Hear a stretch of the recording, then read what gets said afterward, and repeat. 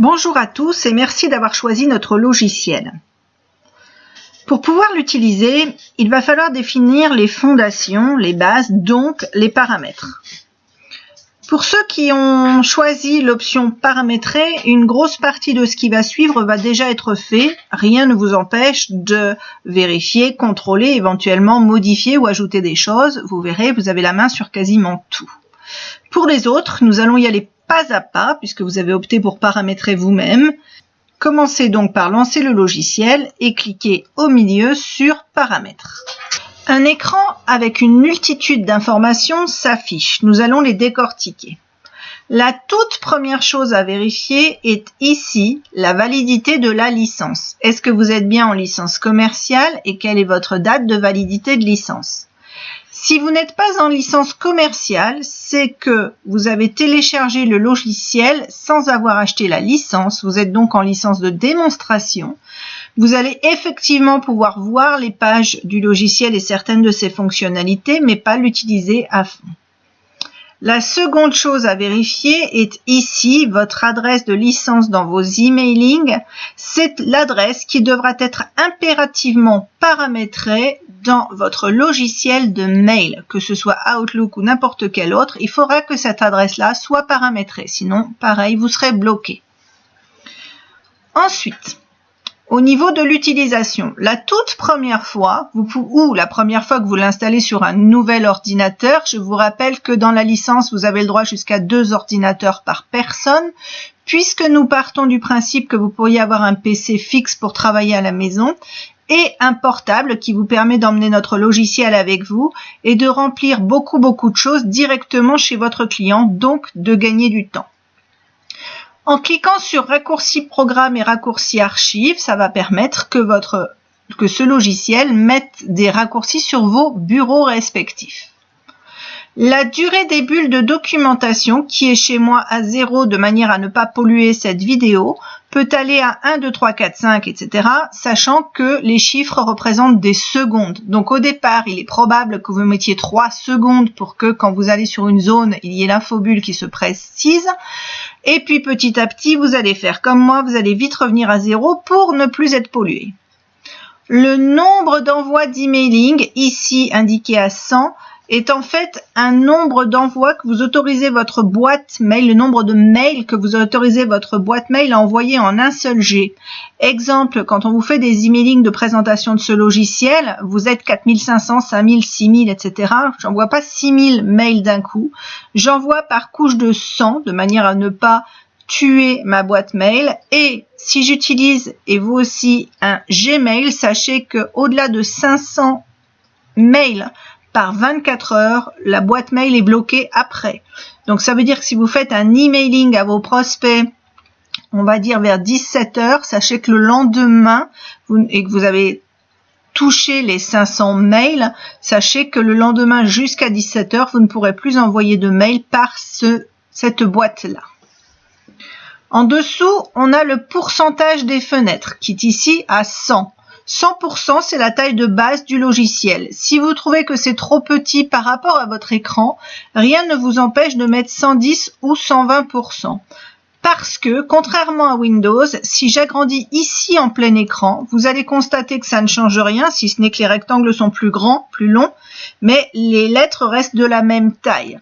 Il faut donc, pour faire un effet loupe, ou au contraire pour réduire si les 100% sont trop grands, ici, venir mettre 110, 120, 130%, sachant que 130% faut un écran géant.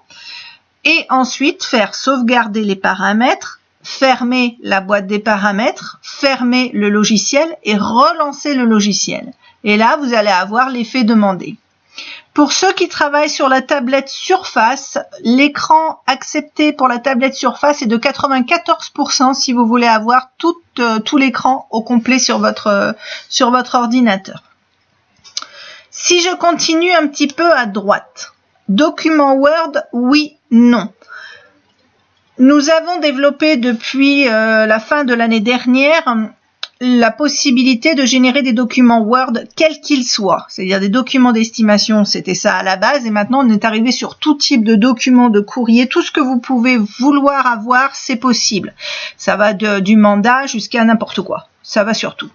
partir du moment où ça peut être généré par Word et transformé en PDF si vous le voulez, on peut passer par là. Donc, si vous avez le logiciel Word, dites oui. Sinon, vous allez rester sur un logiciel qui est un logiciel de gestion de texte qui est beaucoup plus light avec une mise en page pas terrible.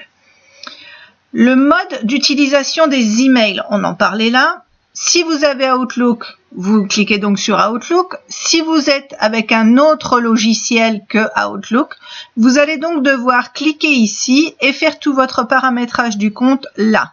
Bien entendu, si on parle du logiciel Outlook, il faudra toujours que cette adresse mail-ci soit paramétrée dans Outlook.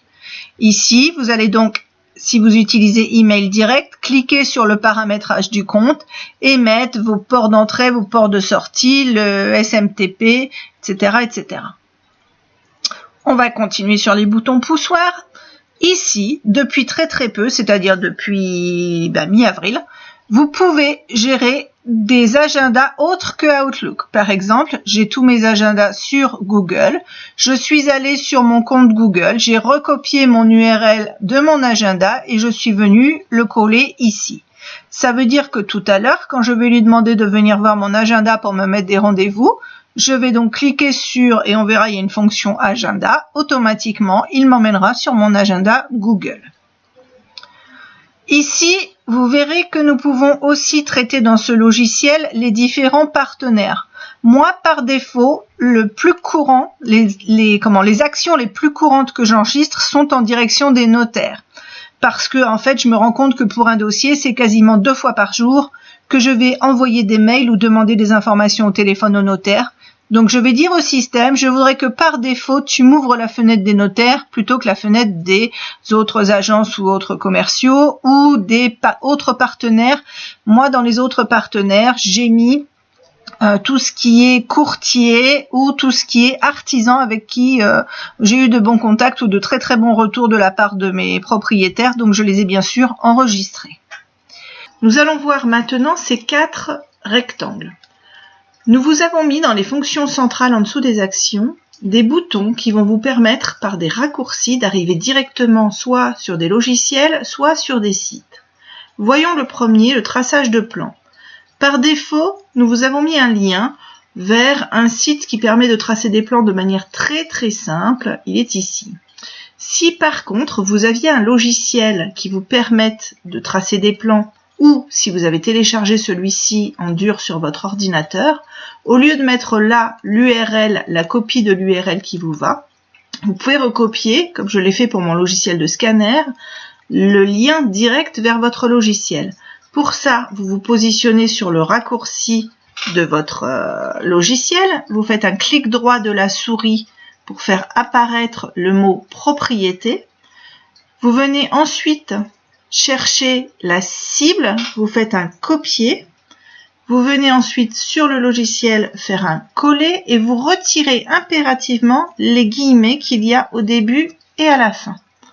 Le logiciel geste mandataire saura alors quand vous allez cliquer sur traçage de plan qu'il faut ouvrir ce logiciel-là et pas le raccourci URL. Ensuite, le logiciel réseau. Ici, il ne faut pas confondre avec votre sous-site internet sur votre réseau. Là, dans le mini-site internet, on verra ça dans la deuxième partie, on parle bien d'un raccourci qui amène vos clients sur vos annonces. Là, on parle d'un raccourci qui va vous permettre d'aller directement sur la partie professionnelle pour aller enregistrer vos différents mandats, vos web mandats et vos annonces. Le logiciel scanner, là, il faudra procéder comme ce que je viens de faire pour le traçage de plan. C'est un moyen de cliquer directement pour allumer votre scanner. Quant au site de devis, par défaut, nous vous en avons mis un. Maintenant, rien ne vous empêche de recopier un autre URL si vous travaillez avec d'autres sites internet.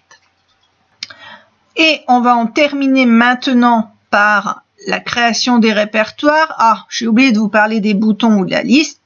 Pour ceux qui ont connu le logiciel il y a un petit peu plus d'1 an, on était tout en forme de boutons poussoirs ici, d'accord, et vous trouviez que l'écran était un petit peu chargé. On a donc solutionné le problème en vous proposant, que ce soit au niveau des vendeurs, des acheteurs ou des actions, un système de liste Donc, ceux qui préfèrent pourront opter pour des boutons, les autres pourront garder les listes. Ici, au niveau de la création des répertoires, vous n'êtes même pas obligé de dire vendeur parce qu'on a réparti pour tout le monde maintenant. Qu'est-ce que ça veut dire? Ça veut dire que, une fois que j'ai coché ici, je vais lui dire à chaque fois que je crée un acheteur ou un vendeur, j'aimerais que tu me crées un répertoire qui soit à son nom. Donc en fait, le format, c'est le nom underscore le prénom. Dans un répertoire donné, dans lequel, pour chacun de l'acheteur ou du vendeur, il y aura un sous-répertoire document et un sous-répertoire photo. Ça va faire quoi? C'est toujours pour gagner du temps. Vous verrez tout à l'heure que ici, on pourra cocher et selon le vendeur sur lequel je me trouve, j'arrive directement dans son répertoire. Ça permet aussi d'avoir une arborescence classique et facile à retrouver pour pouvoir travailler. Alors, comment je fais? Je viens lui dire, sélectionne-moi le répertoire racine pour les vendeurs et je viens chercher le répertoire qui correspond. Donc, moi, en l'occurrence, il est sous Dropbox dans Gestion Formation et il s'appelle vendeur. Là, je suis dans le monde des formations. Dans mon vrai monde à moi, il s'appelle Dropbox, le nom de mon réseau, vendeur. Et je viens chercher. Et je dis OK. Je fais pareil pour mes acheteurs. Pour ce qui est... Alors, mes vendeurs, ils sont là. Hop, OK. Et pour mes acheteurs, je fais ça. Geste formation. Acheteur. OK. Voilà. Vérifiez bien qu'ici, vous soyez bien au bout de l'arborescence derrière laquelle vous voulez que vos différents fichiers se créent.